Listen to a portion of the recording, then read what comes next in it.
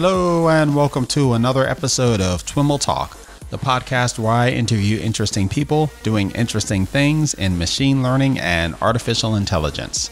I'm your host, Sam Charrington.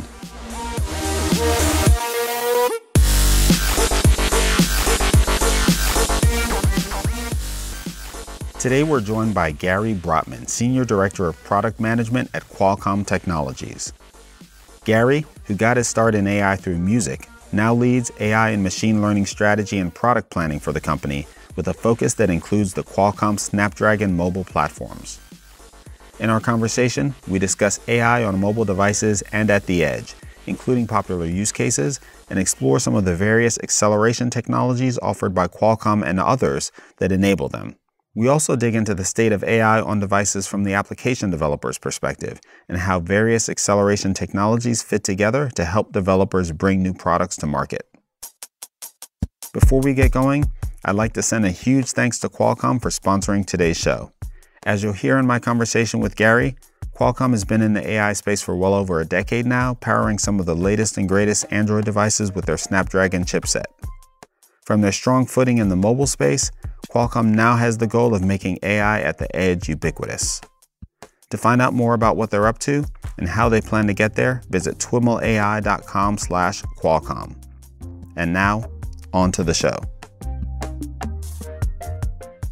All right, everyone. I am on the line with Gary Brotman. Gary is the Senior Director of Product Management at Qualcomm. Gary, welcome to This Week in Machine Learning and AI. Thank you, and Happy New Year. Happy New Year to you. I am excited for this new year. And as I mentioned to you as we were chatting before we started rolling, today is my birthday, making this well, it's always very cool to kind of have the new year and my birthday align. But I'm excited to make this my first interview of the year. And I'm happy to share your birthday with you, Sam. Fantastic. Why don't we get started by having you tell us a little bit about your background. You got into artificial intelligence initially by way of music. Is that right? Yeah, that's right. I guess my interest in AI started way back. I guess it would have been at the turn of the century. I was working at a company called Music Match, which had developed a jukebox software application for the PC. But part of that offering was a personal music recommendation engine. That was a proprietary engine that Music Match had created. And it was using collaborative filtering algorithms to monitor the listening behavior of the users of our jukebox software and what they were listening to, what they skipped, what they listened to fully. And we were able to really develop some really rich correlations between artists and listeners that transcended any traditional tagging data like genre or year or era, what have you. Just listening to, or actually watching what people or observing what listeners were actually doing, not what they were saying, not what they said they liked or disliked, but what they were actually listening to, and then taking the correlations between individual listeners and then myself or somebody else, and that the combined influences came up or resulted in some very unique recommendations. My background early on was in music and digital music and MP3 compression, and when I came across, or when I experienced what Music Match had to offer and help promote their recommendation technology, which also powered personalized radio and on-demand streaming recommendations, that got me hooked. And I carried that with me for a number of years, and up until 4 years ago, when I had an opportunity at Qualcomm to bring some AI machine learning technology out of corporate R&D into the commercial side of the house and release it across our Snapdragon platform. Kind of tying those things together over the past 4 years has really been a great experience and quite rewarding. Why don't we maybe spend a little bit of time talking about Qualcomm for those who are not familiar with the company and what you're up to? I know in our newsletter, we've talked about Qualcomm quite a bit, particularly over the last year, everything from the Snapdragon platform launch in December. Prior to that, the extended reality release that you did in June. some new chips in April, and I think maybe in January or something there was a neural processing engine and a Hexagon vector processor. All really interesting stuff that I'm excited to talk to you about today. But for folks who've kind of seen those pieces and don't really know what the big picture, what's Qualcomm up to in this space?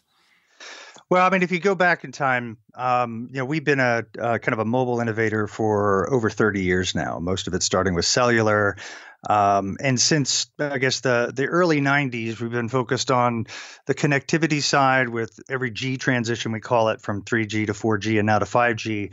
But we also got into the chip business in the 90s because others were having some difficulty developing 2G and 3G chips, and then that was a springboard for us to then move the internet from the PC onto a mobile phone. And we saw this trend happening very early on and try to hasten that with investment in both connectivity and silicon.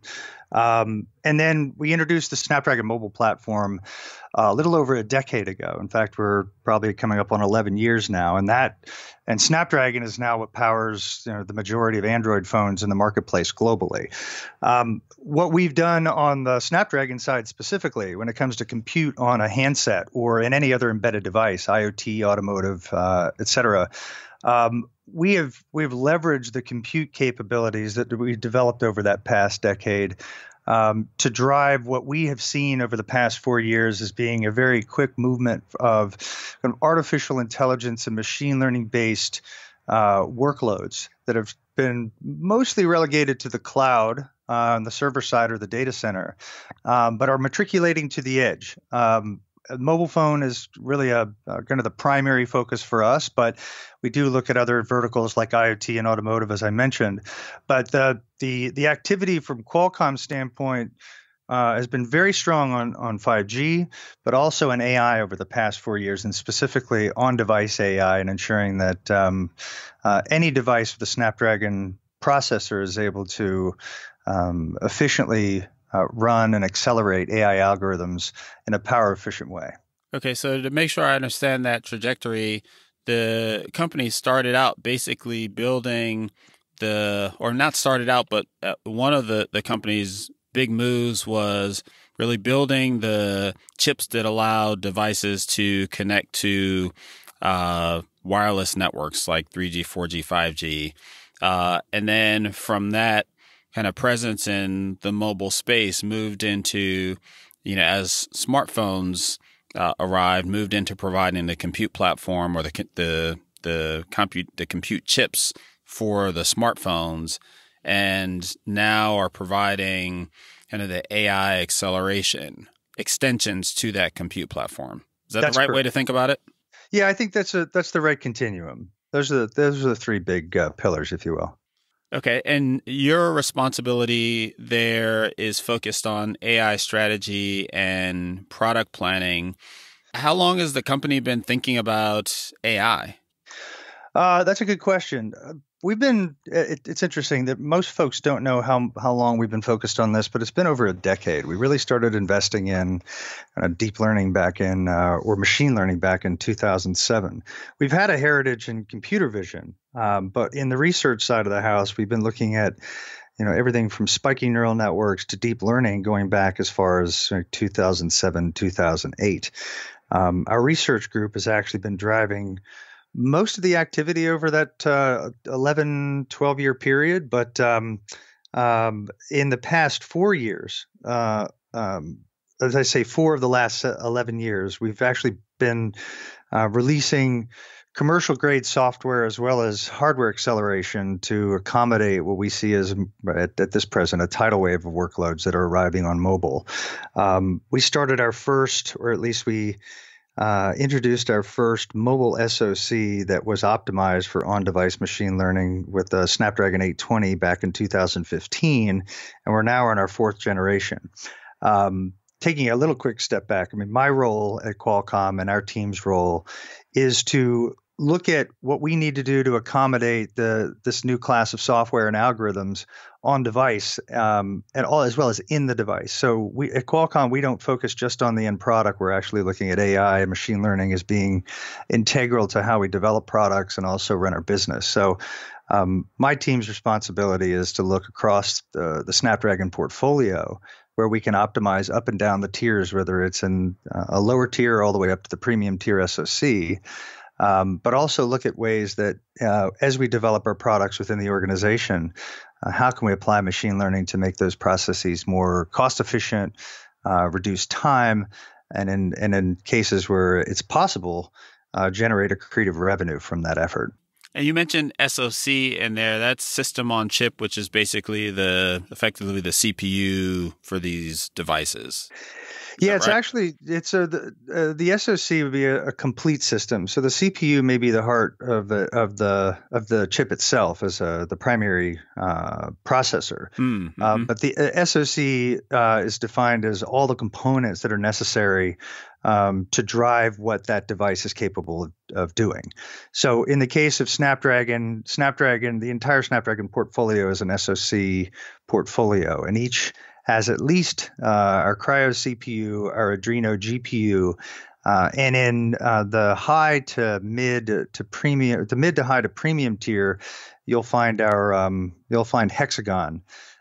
We do have DSPs, or excuse me, I say the Hexagon DSP. The DSP is pretty prevalent across the portfolio from a modem standpoint, but from an AI standpoint, the Hexagon family includes vector processors, which are present in our premium tier and top tier SoC, so 800 down to 600. And that vector processor, up until recently, has been a primary engine for running on-device AI. What are the primary use cases that you're focused on from a on-device AI perspective? So there are a number that are, I guess, today and literally over the past 18 to 24 months that have become kind of table stakes have been things like just basic object recognition. So if you hold up your camera, you can detect whether something in the field of view is a specific class of object, let's say a car, or a cat, or a dog, or what have you. And then taking that a little bit further to facial recognition. So now if you look at any phone today, either you're going to have a phone that has a specific camera module that allows the device to take a kind of a 3D depth mapped image of your face so that you can unlock the phone, but also maybe even make mobile payments depending on the type of phone you have and the region that you're in. With AI, we're seeing that specifically in facial recognition, all the extra hardware that's been necessary to drive that really isn't necessary across the board because AI algorithms specifically are able to do depth mapping on their own with single images now and single camera. So facial recognition for unlocking a phone and making mobile payments is becoming fairly common. Voice activation, so being able to do detecting keyword on a mobile phone or any other device, I think that's becoming commonplace. And again, that's happening locally. It's not happening in the cloud. That recognition is immediate so that you can have pretty low latency. There are other camera effects like bokeh, so you can segment your portrait, or they may call it portrait mode, what have you, where you segment your body or the subject's body from the background so you can blur that out, or create a separate background and put the individual in a completely separate environment visually. The whole entire, the entire camera pipeline, most of the features that you see in mobile camera today, whether it's HDR or even being able to do things like super resolution, where you bring clarity to a picture that isn't high resolution to start with. All of those features are now they started off as computer vision based and are now becoming driven by deep neural networks on the device to solve for the same problem, to achieve better accuracy, and in many cases give the developer a more generalized approach to how they instantiate those features. Those are probably the most common today. Now, it doesn't surprise me that the camera pipeline is all being processed on device, but I am a bit surprised to hear that things like object recognition, face recognition, voice recognition are being done on device. The thing that I'm thinking of most is like OK Google, or the facial recognition, or like the people recognition in like Google Photos. And I just assume that that's, the app, and it's talking back to Google's cloud, and all of the machine learning AI is happening between those two pieces of software. But it sounds like more of it's happening on the device than I might think. I think that's right. If you look at anything that deals with biometric data, whether it's your face or your voice, that's very specific to you, and that data needs to be kept secure and private. And there is today, given the state of kind of compute on device, as well as the ability of CNNs and RNNs to be able to run locally in a pretty efficient way, there's really no reason why you as an individual should have to rely on a cloud and present your personal data to the data center of the cloud in order to achieve some level of utility, or some utility on the phone. So specifically with facial recognition, and I guess I should take a step back and say that security and privacy have been probably one of the primary reasons why we focus so much on device, as opposed to relying solely on the cloud for some of these functions. That and performance, so low latency, because everybody wants things immediate. But there is, again, no reason why you should have to share your voice print or your voice data or your facial information, or any other biometric data for that matter, with a third party to, let's say, unlock a phone and do what you need to do on that device. So what you see today, if you're looking at OK Google, or I know if you're on an iOS device, there's a balance between what's happening on the phone and what's happening in the cloud. Some cases, as a consumer, you're not going to know, and I don't think that, and the intention is that you shouldn't know. What you should get is the best user experience.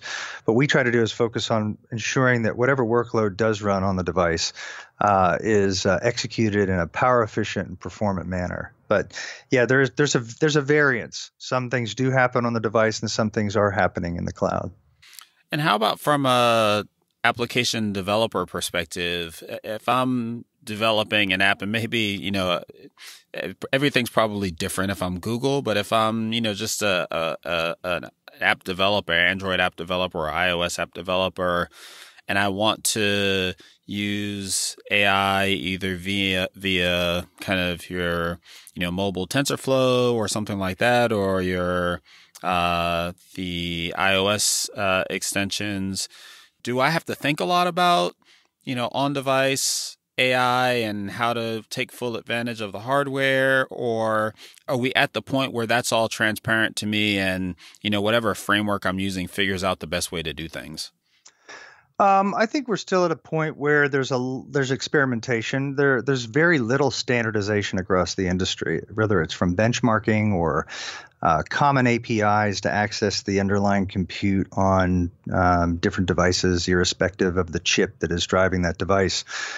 In our portfolio, right now we have a handful of tools that are all part of what we call the Qualcomm AI engine. And this AI engine is the sum of a number of parts. It's the primary compute engines that we have on our chip, so the CPU, the GPU, our Hexagon vector processor, and something that we just recently introduced with Snapdragon 855 we call a Tensor Accelerator, which is a dedicated AI processor embedded in the Snapdragon 855 chip. We can talk about that at another time or later. But those are the hardware elements. That's where the job gets done. And each of those cores has a different power and performance profile to accommodate what would be, let's say, KPIs that the developer has set out for a specific user experience. Let's say we're going to say facial recognition or detecting a keyword or somebody's voice. Each of those features has a different tolerance for latency and a different tolerance for power. So by providing multiple compute engines from a hardware standpoint, it gives the developer choice. On the software side, specifically in our portfolio, we have SDKs like the neural processing engine, which I think you mentioned at the beginning, which is a very easy to use tool for a developer who has trained a neural network offline and wants to run it on a Snapdragon device. When they bring that model to the device using the neural processing SDK, all they have to do is make a simple API call to run on any of the compute elements, whether it's the CPU, GPU, or the vector processor or Tensor Accelerator, and then away they go. It's very straightforward. You don't have to get down to the lower level, close to the metal, and roll up your sleeves. But we do have tools for those that want to get their hands dirty. We have libraries like Hexagon NN, which is a neural network library for Hexagon if you want to just write directly to the Hexagon processor and not worry about the other cores. We have math libraries for CPU, and then if you're familiar with OpenCL, the Adreno GPU. Our Adreno GPU supports OpenCL, so you can program directly to the GPU. So there's a variety of different ways with our own technology that you can access the compute on Snapdragon, and all of that is part of what we call the AI engine. There's also in mobile specifically, and I'd say with Android, Google released the Android NN API, or neural networking API, back in Android O, which we supported from the very beginning on Snapdragon. Over time, we expect that API will that will become the dominant way that in Android, if a developer wants to build an application that's running DNNs online, they'll use Android NN or NN API as the primary interface. That would be, I guess, the first movement toward standardization when it comes to how you would access different chips in the Android environment. But I'd say by and large, there's still quite a bit of activity. I use the term Wild West a lot because it really is the Wild West. It's exciting. I mean, there's so much activity. The amount of innovation, the collaboration between organizations that have found themselves to be the most contentious competitors are now collaborating to advance overall machine learning and artificial intelligence at a pace that I think most of us, we look at it. There's no hyperbolic term that could be used that doesn't apply. It actually does apply. It's moving so fast. Again, kind of putting the developer hat on, it sounds like particularly in the Android world, which kind of historically suffers with a very high degree of fragmentation, it sounds like it may still be a frustrating experience to figure out which of these, tools and APIs and things like that I need to use to take advantage of the underlying, all of the potential underlying hardware possibilities. Yeah, I guess it depends too on the device class. So in mobile, it's probably a little bit more complicated because there are a multitude of SoCs that are out there that are driving different mobile phones. Mm-hmm. So that's where Android NN as an API or as an interface may actually solve a lot of that problem, because if you have a common way to interface with the underlying hardware, and each of the SoC manufacturers or chip manufacturers like Qualcomm are doing our job under the hood, which we have, at least on our side, developing drivers for each of our compute cores that are optimized specifically for, let's say, NN API, then that frustration from a developer standpoint is minimized. In fact, it's reduced considerably. When you deal with proprietary SDKs, they still have an impact and still have a benefit in a broad mobile environment, but they then become a little bit more, I guess the priority around those increases when you get into dedicated devices like connected cameras or speakers, where that the SoC that's powering that is the same one across the board. And as a developer, you have less variability, so you can be more confident. But I do think that there's, for at least for the next few years, there's going to continue to be a lot of experimentation. There'll be a balance between standardization and maybe a slight degradation in performance, but versus proprietary software execution and the ultimate performance. That balance will always be there. But the good thing is that there will be choice. If I go back when we started this conversation in music, I've tried to develop an analogy or a comparison when I was doing early on in my college days when I was doing digital music production. Everything was very manual. It was all purpose built. You didn't have any way to generalize, cut and paste, and sample. And sampling was actually done with analog devices like cassette tapes and vinyl records. Mm-hmm. Over time, music production software became more advanced and abstracted a lot of that, heavy lifting and purpose-built programming that you had to do as let's say a producer, and then cut and paste became kind of the way that you went. So if you want to replicate a specific phrase, you could do that, just cut and paste. And now it's so easy to make music as a novice. All the tools are there at your disposal. It's very it's democratized. That's probably the best way to put it. The pace that we see in let's say machine learning and AI tools and frameworks like TensorFlow and PyTorch, and the efforts like the Open Neural Network Exchange as an example, which is another way to give a developer the latitude to use whatever framework they wish to express their model in, and not have to worry about what the underlying hardware supports. Like Onyx as an interchange format is one that, again, makes that job a lot easier. With all these different tools and advancements, I think you're going to see a democratization. In fact, there's already a democratization of AI happening outside of just the technology development, like in education. Andrew Ng's courses on Coursera. There are government entities around the globe that are pushing AI machine learning education in high school and in college. It's remarkable. So I think the short term, there's certainly pain and a lot of experimentation. Mm-hmm. But I think you're already seeing a number of examples where things are consolidating, and I'll use that term, the democratization is already underway. You made an interesting point earlier in in kind of progressing through this conversation, I've been thinking mostly mobile devices, i.e. handsets, smartphones, but you reference kind of device classes and quote unquote IoT devices, whether they're smart speakers or, by extension, kind of industrial IoT devices. Can you give us a sense of the relative size of each of those markets from, I don't know what makes sense, like number of devices, or do you have a sense of that?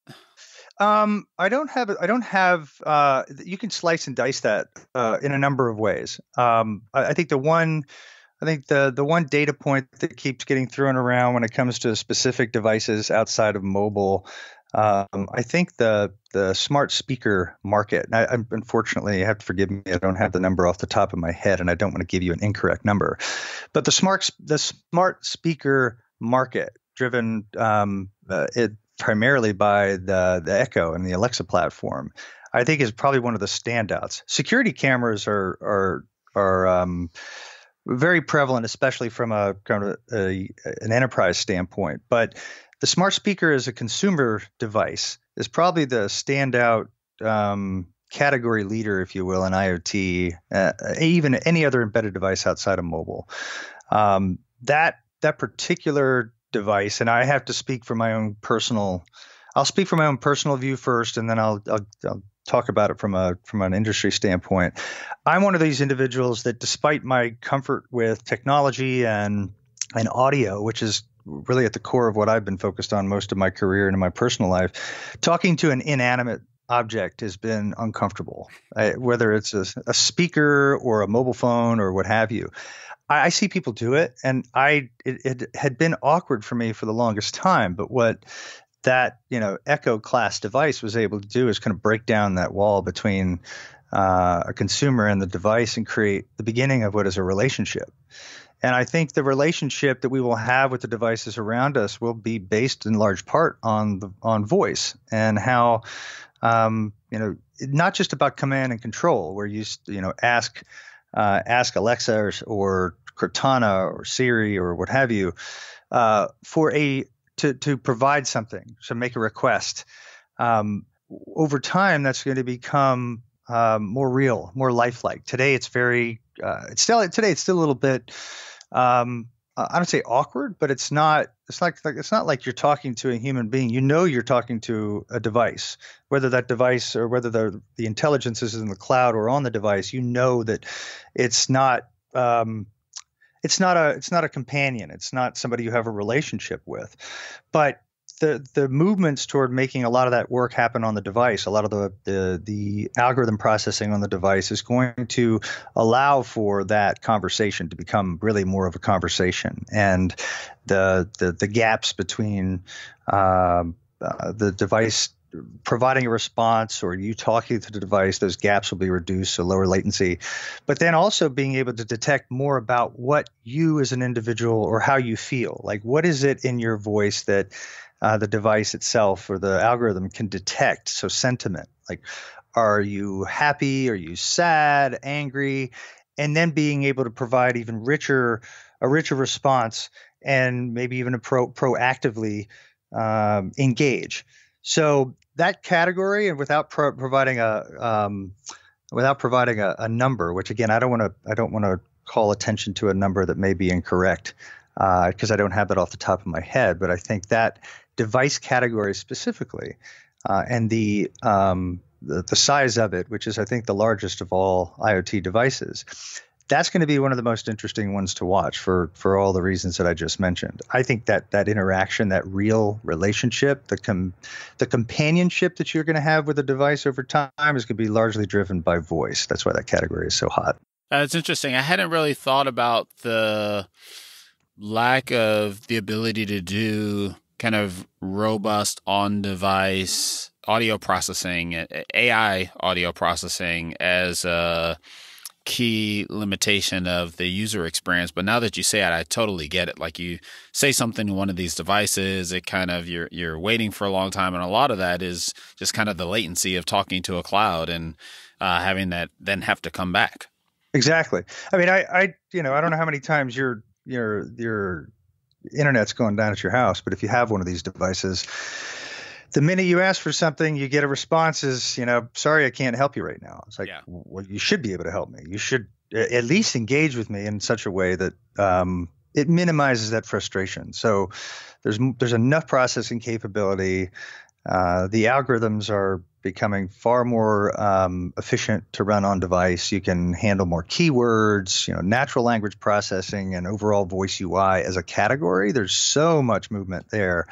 There's no reason why the device could not provide more utility and that level of personal interaction moving forward, and it'll just get better over time. Yeah, I imagine that's coming very soon. There's no reason why the device shouldn't at least be able to turn off the lights or something like that when it's disconnected. So maybe taking a bit of a step back, one of the first things I mentioned was the Snapdragon 855 platform launch you did back in December. And I kind of want to use that as an entree to talking about, what these platforms mean. And specifically, when you mentioned some of the components of a platform like this: CPU, GPU, Hexagon, AI Accelerator. I want to get a mental model for, these sound like in some ways like overlapping components in terms of functionality, or at least, they could be used in overlapping ways. Like, what are the different pieces, and how do developers, or how should developers or users think about using them, and what directions are each of them going? So if we use the Snapdragon 855 introduction as the springboard for this one, Snapdragon 855 is what we consider to have our fourth generation AI engine. I mentioned the AI engine as being the kind of the sum of the parts that make on-device machine learning acceleration possible. And in Snapdragon 855, we've done a number of things to all the compute elements. We've added more arithmetic logic units to our CPU, about 50% more. On the CPU side, we've incorporated dot product instructions that increase AI performance, specifically at 8-bit fixed by 4 times or 4x. And then on the Hexagon side, if you followed our path over these past 4 generations, Hexagon has had a vector processor, or at least we've had the Hexagon vector processor in our chips going all the way back from Snapdragon 820 to 835, 845, and now 855. And that's been one of the primary engines for doing on-device AI. So that we actually doubled the size or doubled the number of Hexagon vector extensions, we call them, between 845 and 855. And then we added, for the first time, a dedicated AI accelerator. We call it a Tensor Accelerator. It's part of the Hexagon family, and its sole purpose is to process DNNs on device. The Hexagon vector extensions in prior generations had been a primary engine for that, but vector extensions also have utility in doing vision processing and other compute functions. So it wasn't dedicated. It wasn't dedicated solely to AI. But even with the addition of this Tensor Accelerator, that does not mean that the rest of the family of compute engines doesn't participate. To your question, are there specific reasons why you would want to use one engine versus another, or one compute element versus another to run an AI algorithm? And the answer goes back to something I think I mentioned earlier, and it has to do with the power and performance and what you want to get out of that particular user experience, or how you want that user experience to perform. Also, what else is happening in the system? So if if the phone is doing other tasks, or as part of that user experience, you're doing graphics processing, or you need the display to be highly performant. You may want to choose a different place to run an AI algorithm if the GPU has a higher workload, or the same is true for the vector extensions. You may want to have a little bit more flexibility in where you run that AI algorithm. And then from a pure AI standpoint, what we've done to combine, or in the system, we're combining Hexagon vector extensions and our new Tensor Accelerator. As a developer, you can utilize both of those, which gives you kind of a balance between what would be programmable AI processing in the form of the vector extensions, and then dedicated acceleration with the Tensor Accelerator. You can combine those two to give, I guess I'll say, I don't like to use the term ultimate, but the best performance possible by combining those two compute elements. But again, taking one step back, we don't look at AI as a one-size-fits-all problem, or at least it's not one-size-fits-all. So one compute architecture is not going to solve all the problems that you see, or satisfy all the use cases that you see on device. It's just we're not at a stage, and I don't know if we'll ever get to that stage, to be quite honest. But at least with 855, we provided a balance between what is our standard portfolio of compute with different programming capabilities, and then this new dedicated accelerator. Again, each with a different power and performance profile to solve for the various use cases and tolerances that the developer has for when they're developing those features. In addition, and I guess I'll build on top of that, there's a big movement in the industry across the board, whether it's in the data center or it's on device, but dedicated acceleration, dedicated AI processors. There's various terms that are used. There's NPU for neural processing, or there's VPU or IPU. All of these, there's a very big movement in that respect across the board, in mobile, in IoT, in automotive, and there is a demand for that and a need for that today. But that doesn't mean that that's where everything's going to go. That doesn't mean that a dedicated processor is the answer to all the problems that you're going to see, or satisfying all the use cases that you're going to see in various device classes. You do need a wide portfolio of compute to accommodate the level of variability that is certainly there today, and it's going to be there it'll be there for the foreseeable future. And when you speak about these dedicated processors, does the Tensor Accelerator, for example, fit into that, or are you specifically thinking about kind of an off-board, off SoC processor? No, I think the Tensor Accelerator is an example of that. So if you look at dedicated acceleration, there actually are two different vectors. One is embedded, which would be in the SoC or in the chip. So in mobile, Qualcomm and others are or have introduced dedicated acceleration. Some of those are kind of reworked digital signal processors. In our case, we have a ground up architecture, or from the ground up custom built IP. It's specifically designed for DNN processing.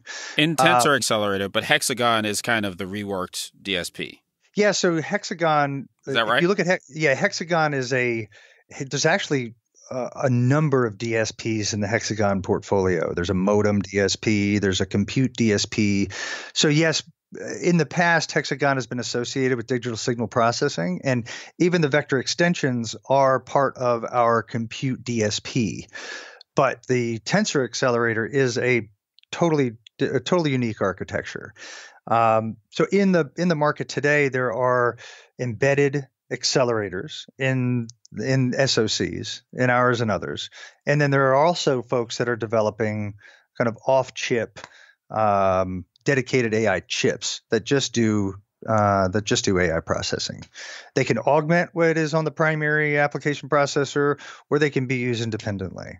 But there's, again, going back to there is such a big movement, and innovation is happening so fast that I guess the bigger the sandbox that you provide a developer, the more they'll use it. In the case of mobile, there's a balance between what you provide in terms of overall compute, the variety of compute, and the cost associated with it.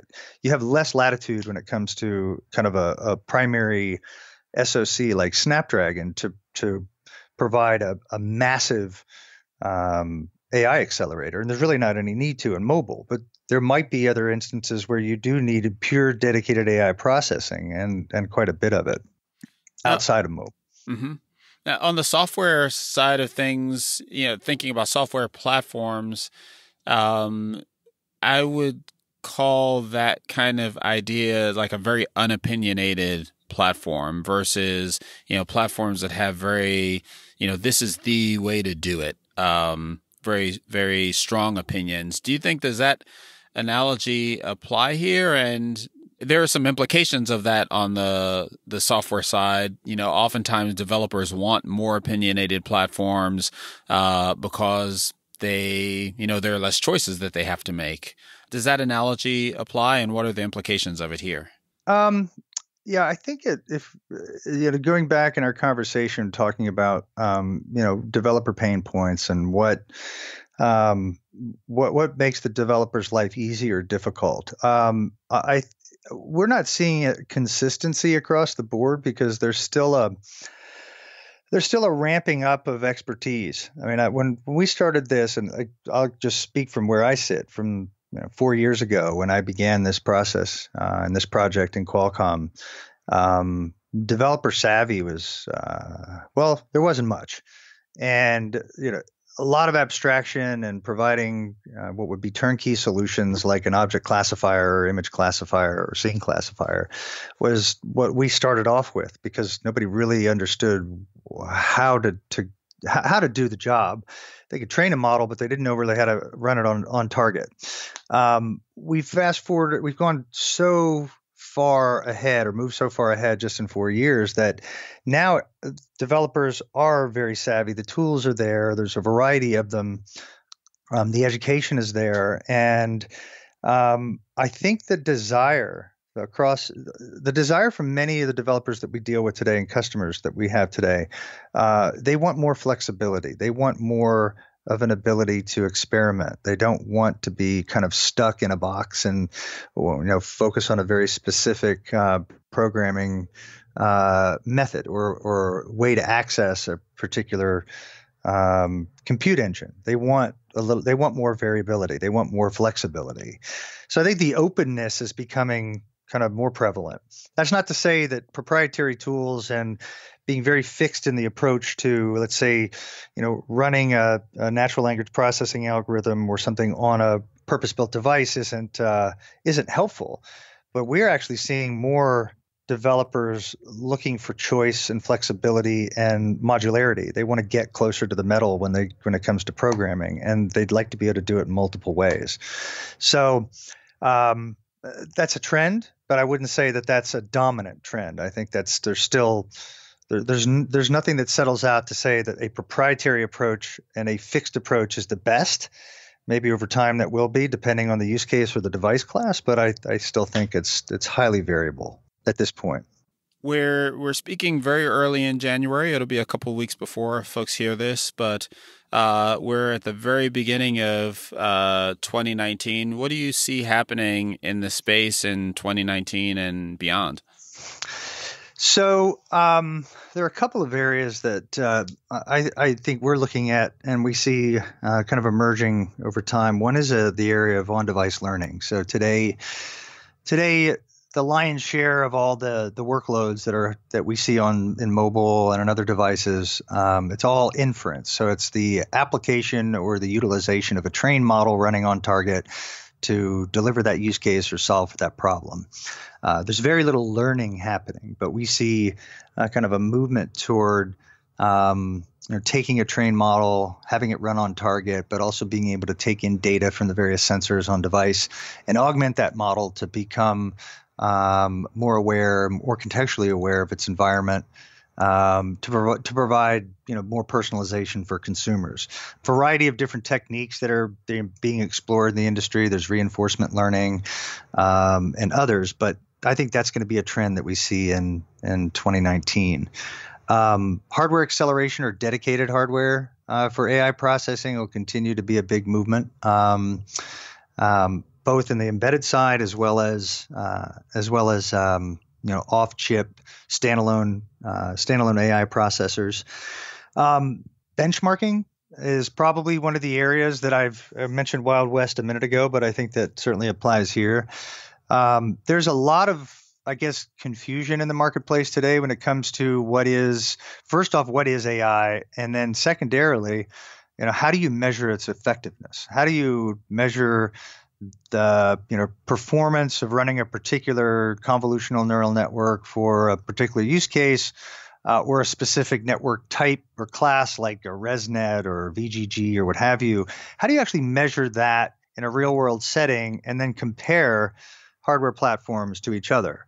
And right now there's a variety of entities that have sprung up to try to tackle that problem, but there's no consistency with methodology or formula or the underlying network classes that are used to actually do the measurement, and then ultimately what the benefit is. What is the final outcome of this, and why does it matter? Benchmarks in graphics and CPU and in other cases are all very well settled, and there's still there's a lot of gamesmanship that goes on in those categories, but specifically in AI, that's an area that is it is quite fluid, and it changes, I think, day to day. So we see some of that settling out this year, and it would be good because it'll help with OEMs making choices about who to pick as their SoC vendor, and it'll help consumers understand a little bit better what is the benefit of what's happening on the device. Why does this matter? Why is this making my life more interesting and compelling and enjoyable? And then the last one, I think, is the movement that we're pushing very hard, and something that we've been leading the charge on for a few years, is 5G. So 5G connectivity isn't just going to make that connection between the data center and the device more efficient and lower latency, but devices will be able to share information with each other in ways that they haven't previously. And the combination of 5G and AI, albeit 5G will be kind of at the starting point in 2019, you'll probably see developers trying to take advantage of that connectivity platform in a way that they haven't in the past, and being able to make devices connect to each other in a more intelligent way. We see a big future with the combination of 5G and AI. In fact, that's where we're spending most of our time and effort these days at Qualcomm. One of the things you mentioned kind of piqued my interest in the context of on-device learning is reinforcement learning. I typically think of that as like running lots of simulations, taking a long time, which doesn't seem like something that I'd necessarily want to do on a device. Are you aware of specific things that are happening to address that in the context of on-device learning? I don't have any examples to share with you now, and you're right that a lot of what's happening today, and we look at different processes that we're trying to explore, like reinforcement learning usage off target or not on device, but improving processes that would end up running on the device. I don't have any examples, and I just pulled that out as one potential, but nothing specifically that I could point to. But it isn't. But on-device learning specifically, the desire or the demand from developers and even our OEM partners to be able to take better advantage of the incoming data from the various sensors on the device, microphone and camera and accelerometer, to be able to provide a more personalized experience. In general, there's high demand there, and I think you're going to see you'll see more effort, maybe some experimentation, but there'll be more emphasis placed on trying to make the device itself not just a kind of fixed with a specific intelligence level, but one that would be heightened by way of additional context that it's able to grok from the world around it. Well, Gary, thanks so much for taking the time to chat with us. I really learned a lot, and I enjoyed the conversation. Yeah, thanks very much, Sam. I appreciate it, and thanks for letting me share your birthday with you. Awesome. Thanks. Take care. You too. All right, everyone, that's our show for today. For more information on Gary or any of the topics covered in this show, visit twimlai.com/talk/223. Be sure to check out what Qualcomm is up to at twimlai.com/Qualcomm. As always, thanks so much for listening, and catch you next time.